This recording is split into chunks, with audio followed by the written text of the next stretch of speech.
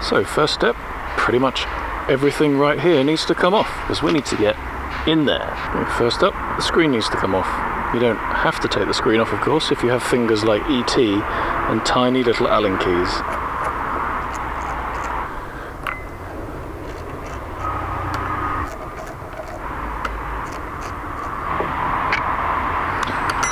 Okay, now that's off, throw it aside, and we'll carry on. Next up, fairing panels.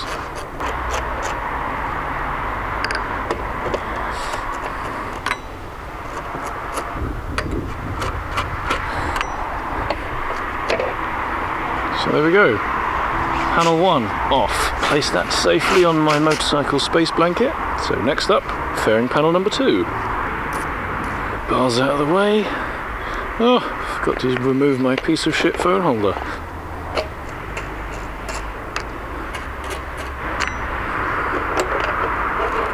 So there we have it, fairing panel number 2 onto the space blanket.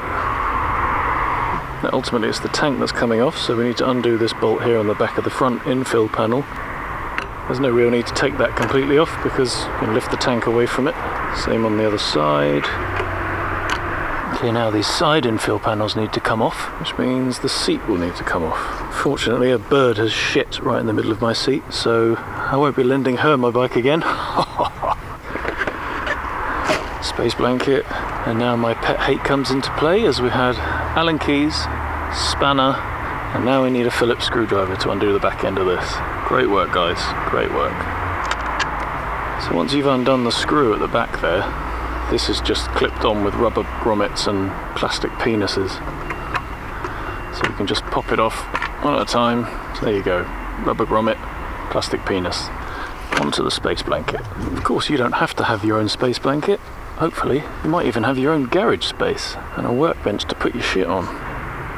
Pop, pop, pop, onto the space blanket. I do think this would make an awesome naked bike. I like a good hunched tank. So next up, a clamp which holds the front of the seat on, also holds the back of the tank on. So that's got to go. Oh, leaf it out. So now we're going to remove the tank, so I'll move my nuts and bolts somewhere a little bit safer, otherwise they'll all end up in the grass. Now once you've undone these 2 bolts here, and all of this crap's off, the tank should actually just lift up. But obviously there's a lot of nonsense connected up underneath which we need to deal with. And the first of which is this little connection here. So pop that off. So now we need to take this one off. I think the easiest thing to do with that is going to be to pull it out underneath the tank down and use 2 hands on it. Now there's a lot of silly little tabs and things here. There's one there, there's one there, looks like there's one there.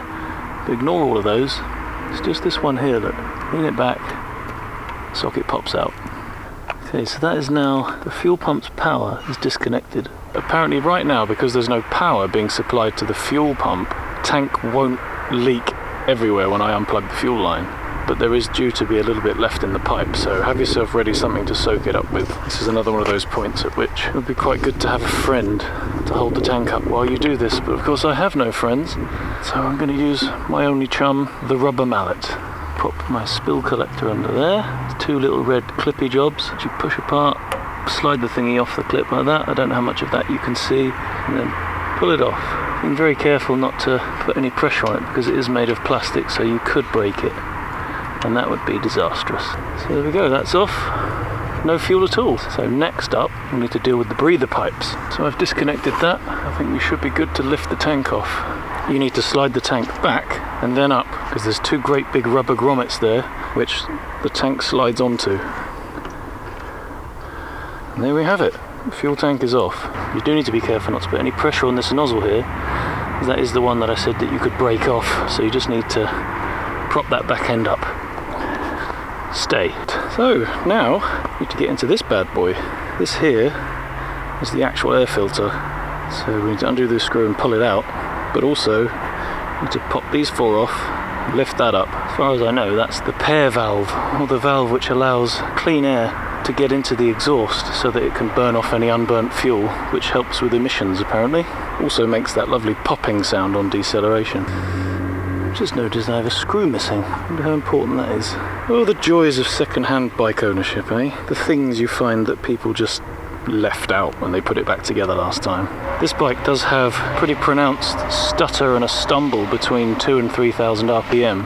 I'm kind of hoping that this little service is going to take care of that. I'm rather hoping that I'm going to pull this apart and find myself an absolutely disgusting, hideously dirty air filter, as that would explain so very much. There we go. So we can just point that out of the way and leave it there. There's no real need to take that completely off. So next up, the air filter itself. One last screw. This part of the job is done. So then, flathead screwdriver, prise it out. And there we go. There's your air filter. And that is pretty grotty. I'm glad to see that. So what I now have, old air filter, and I have a high flow Filtro replacement air filter element. Now on the Versys and the Kawasaki Ninja 650 and the ER6, this is a washable air filter, so you can actually just take this out and clean it. There's all sorts of shit in that. But because I want to be able to just refit this, stick it back together and probably use the bike again this afternoon, I've bought a whole different element. So what I can now do is put this one in, take this one away, clean it, re-oil it, wait for it to dry, come next service, just swap them over again. Because if I had only the one, I can clean it, but I have to sit there and wait for it to dry again. Whereas this way, I can just swap and go. So what happens here is each of these round bits is a stay post. So we can just gently lever those out. Maybe throw your screwdriver on the floor just for old time's sake. Pop, pop. So that one, to that one. That one's a bit stubborn. Don't really want to break it.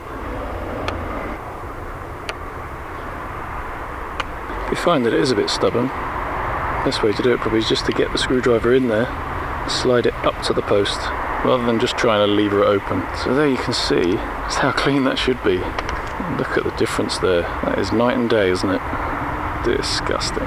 So anyway, take the old one out, tap out any shit that's in there, maybe get rid of this spider's nest that's growing on the inside. Make sure there's no holes in your grill there. Okay. So this new filter from Filtro is pre-oiled. It's all greasy when I took it out.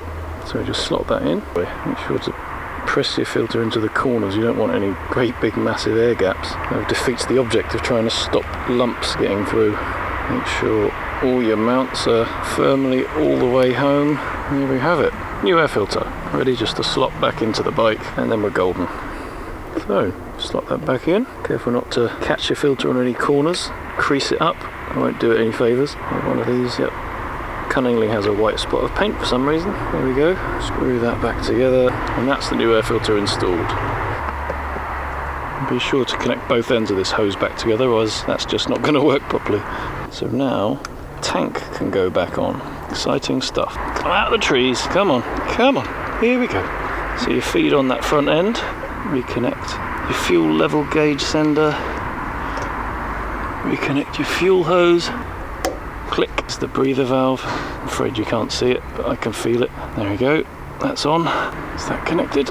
Marvellous. And then, I think that's everything. Sit the tank down and screw it back together.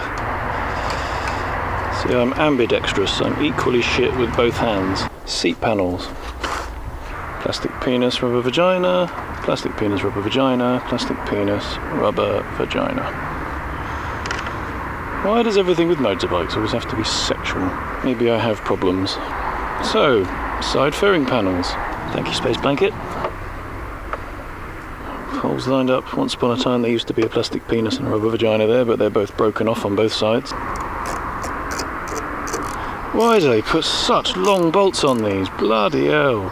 It's not like it's holding the wheels on or anything. So now all that's left is the screen and the seat. Top tip for your screen here, just do everything up really loose to start with. If you do these up tight, look how out of line that is. You've got no room to wiggle it into place. Whereas if you leave them all loose, you can make sure they're all home before you tighten them up. There's the seat to go. It's locked into place, so now start her up, see if it's made any difference, see if it runs at all, see if I've forgotten something vitally important.